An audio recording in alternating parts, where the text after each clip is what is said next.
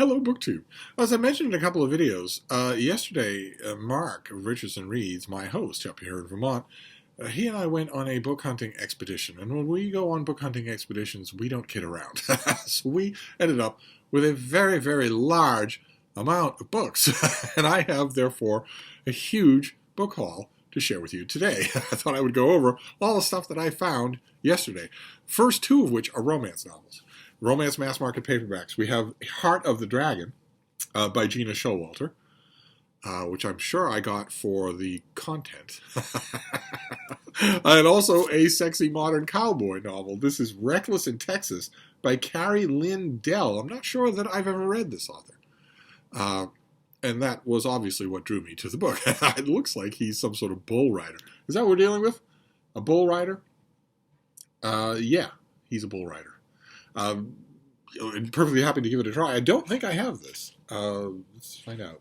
2016. I might. But I just went through all my romance novels back at Hyde Cottage, and I don't think I saw it. Then another mass market paperback in one of these oversized what I think of as airport paperbacks. This is Mark Greaney. This is a gray man novel, Agent in Place.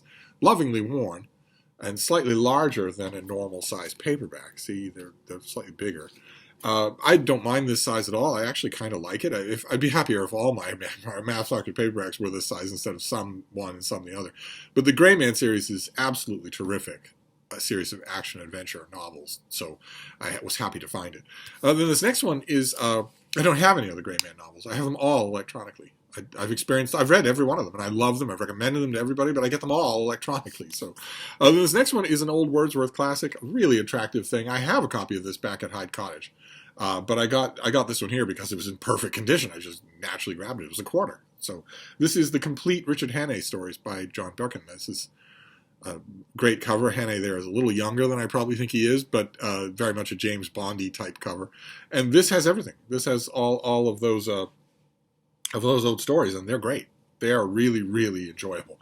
Then two books that I found together. Obviously, they were donated or sold or whatever by the same person. Both about bats.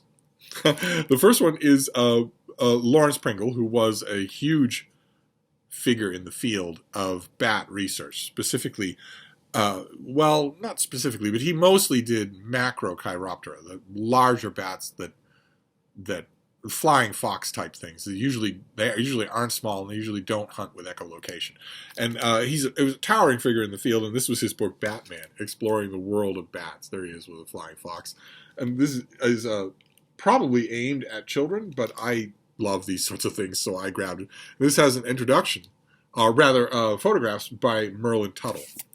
But Merlin Tuttle was also a great poobah of the bat world, of a great field researcher of bats. And I found a hardcover edition of his book, America's Neighborhood Bats. I had a paperback of this forever and ever, but I don't even think I have my paperback anymore. These are two. They aren't obviously exhaustive. They aren't highly detailed, but I love them both as just easy introductions to bats. I found them both in the same place for no money. And then this next one, it's a little sun-bleached, but I felt obliged to get it. It's all about Vermont. It's first-person rural. This is just a series of little vignettes and stories about rural life, about raising sheep, or what it's like to know your neighbors, or to batten down for a storm, that sort of thing. All this sort of stuff that's kind of missing nowadays from life in Boston. Then this next one is in pretty rough shape, but I didn't want to leave it behind. It's the Fitzgerald Odyssey. It's I think this is, Mark could probably tell me, but I think this is kind of probably a book club edition of some kind, because it's smaller than the hardcover of Fitzgerald that I have. And I think Mark has a copy as well.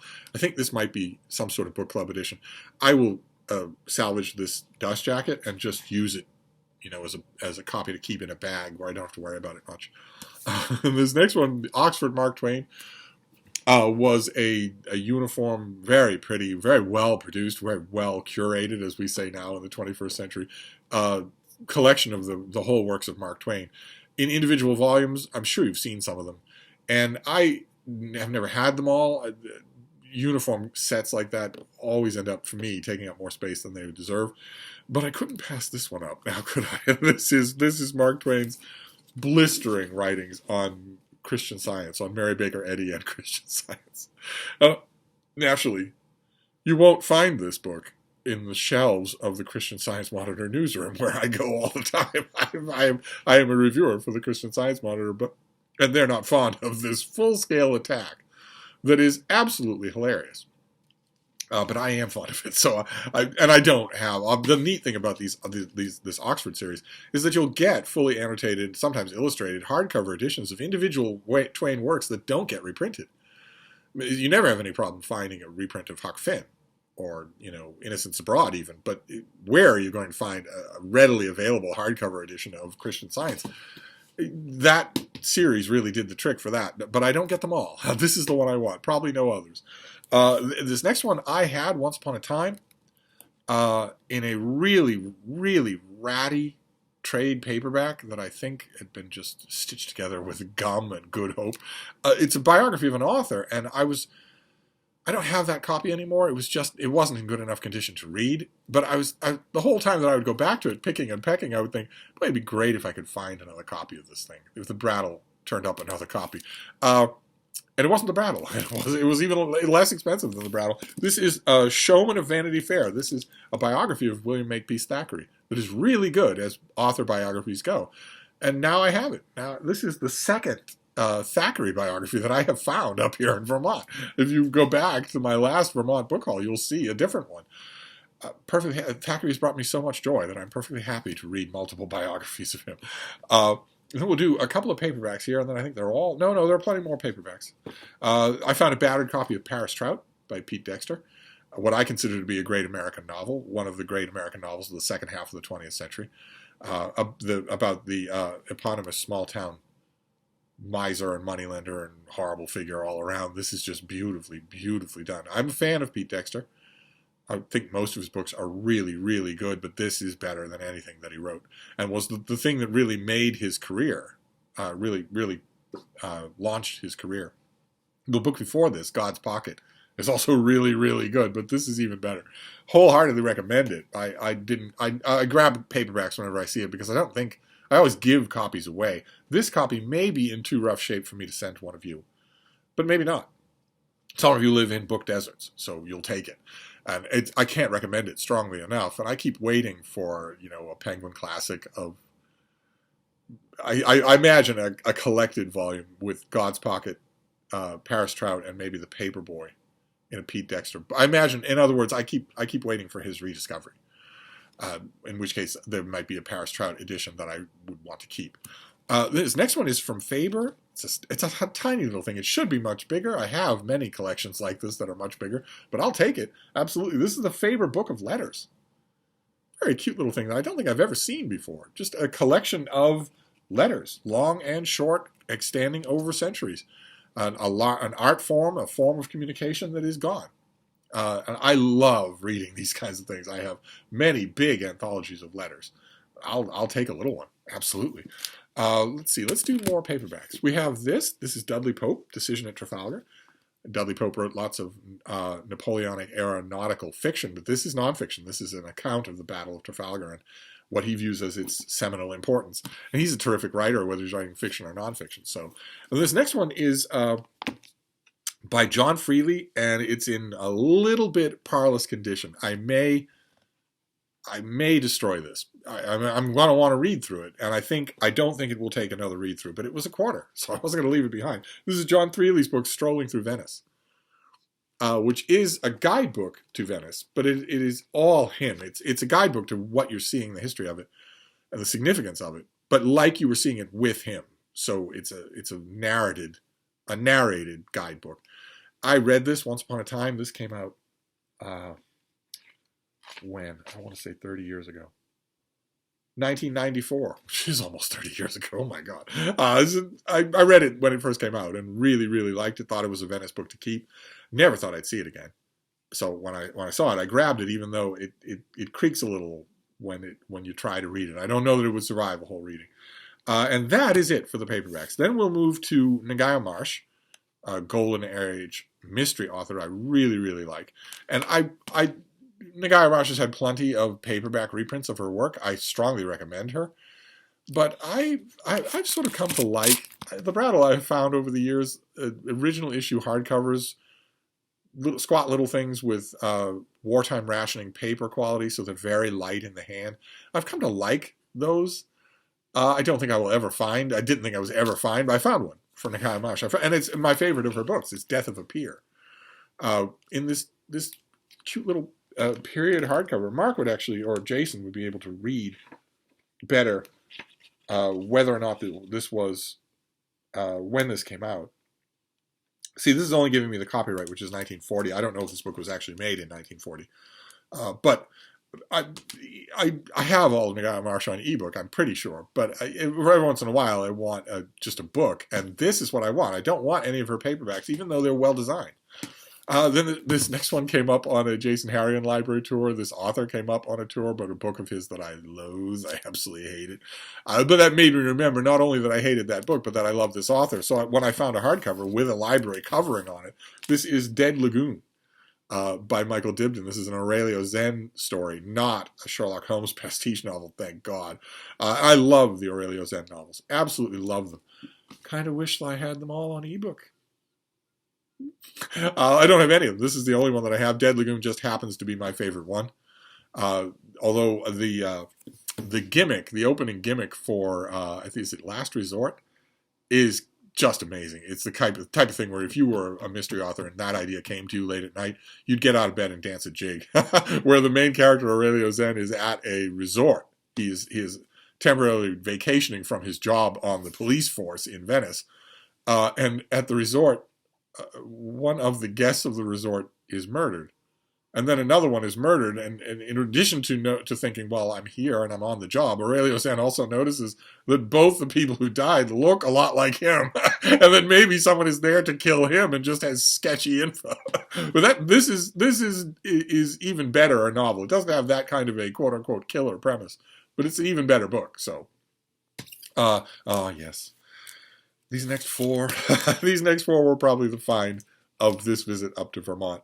I nearly plotzed when I saw them, because they not only all have their dust jackets, but they have those plastic library covers. These are going straight into the little book room back at Hyde Cottage. Most of the stuff that I'm getting in these book outings that I'm doing with Mark and the big red truck are for books that are going in my little room here. There's a little room, a little shrine dedicated to all things Steve, where I have a couple of bookcases that I am filling as I come up here. So no lugging books back to Boston, but these are coming back to Boston with me. I have waited a long time to find these and turned them down when they were in crappy condition. These are the Star Trek readers that Dutton put out to collect James Blish's write-ups of the old Star Trek scripts. I found all four of them with their dust jackets, with these plastic library covers. So there's the Star Trek reader, the great cover art. It just collects a random 6 or 7. Then we have a Star Trek Reader 3. Our figures are in the process of being transported with the ship overhead. We have Star Trek Reader 4. Here's a fan-based artwork of the Enterprise fighting a Klingon ship. And Star Trek Reader 2. With the cover that was on Star Trek The New Voyages 2. This was on an original Star Trek novel. It just looks a lot like the cover of Star Trek New Voyages 2. These are all James Blish writing up those television scripts. So they're not literary masterpieces, but they do have a huge amount of sentimental value for me. And I've always wanted these volumes to collect them. Barnes and Noble did one of their faux leather-bound editions, really pretty thing, of some Star Trek novelization, some of these stories by James Blish, but not all of them, and with the beautiful Barnes & Noble leather design rather than the artwork. So I've seen 1 volume or 2 volumes of these at the Brattle Bookshop in Boston over the years, and thought, well, I don't want to get just one. I want all 4 of them, and I want them in good condition. They're usually battered to hell because they're usually were the property of an old Trekkie who read them nonstop. And here I found them all in perfect condition for 25 cents each with library coverings over them. So it's all downhill from here. And I found a big hardcover copy of the Farm Pavilions by MMK. This is ostentatiously telling me that it's an autograph copy. That is actually a sticker. That sticker could, with a lot of labor, come off. I certainly don't want it on. It's blocking the artwork of the cover. This is a big, grand old historical novel. I swear, from the book shopping that we did yesterday, you'd think that Mark and I were 1950s suburban housewives. Because I got a copy of the Farm Pavilions, and he got a copy of the Raj Quartet. We're going back 50 years for the greatest hits of 1959. And then the last two things for this huge mail haul are both by the same author. I saw them all right next to both of them right next to each other for dirt cheap, so I grabbed them because I like them both. And I'm looking forward to the author's next book. This is American Rust and the Sun by Philip Meyer. Just hardcover editions of his two novels. They're really, really good. As far as contemporary fiction goes, I have no beef with either one of them. So there you go. There's no way that I can do a Steve pyramid of all of these things. It's like 50 pounds. I'll give it a try until it falls over. Maybe when it collapses, it'll kill one of the cats. So we have Philip Meyer, very good. American Rust, worth your time if you want to read an American book, contemporary fiction. Dead Lagoon by Michael Dudley.